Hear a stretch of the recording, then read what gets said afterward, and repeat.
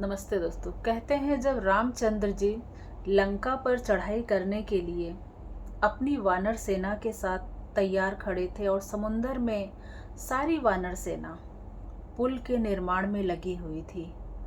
पत्थरों पे राम नाम लिख लिख कर उसे तैराया जा रहा था और पत्थर पुल का रूप लेते जा रहे थे। बस पुल बनने की तैयारी थी और राम भगवान समुंदर पार करके लंका विजय के लिए तैयार थे। तो उसी समय उस राम सेतु के निर्माण के लिए एक छोटी सी नन्ही सी गिलहरी ने भी अपना बहुत बड़ा योगदान दिया था। ये कथा हमें पौराणिक कथाओं में मिलती है। तो उस गिलहरी ने भी अपनी सेवा भाव से, अपने पूरे समर्पण के साथ राम सेतु के निर्माण में सहायता की थी।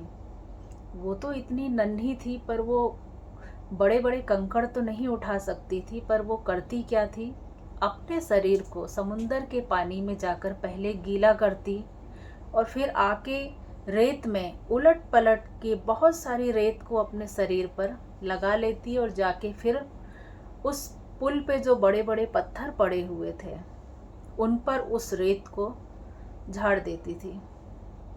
कि उसका ये मानना था कि मैं बहुत बड़े बड़े प्रयास तो नहीं कर पा रही हूँ, पर मैं छोटी छोटी कोशिश से ही राम सेतु के निर्माण में अपना योगदान देना चाहती हूँ। ये सब वहाँ खड़े वानर भी देख रहे थे।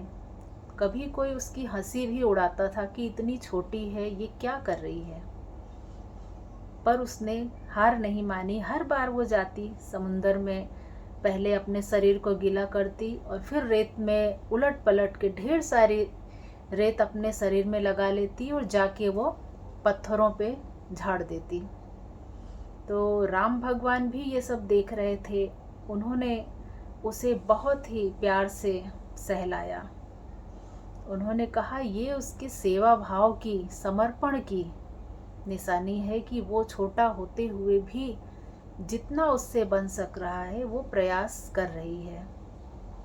तो राम भगवान ने उसकी पीठ पे उंगलियों से सहलाया। तो कहते हैं पौराणिक मान्यताओं के अनुसार जो गिलहरी के ऊपर जो 3 धारियां बनी हुई हैं वो भी भगवान राम की उंगलियों के निशान है, ऐसी मान्यता है।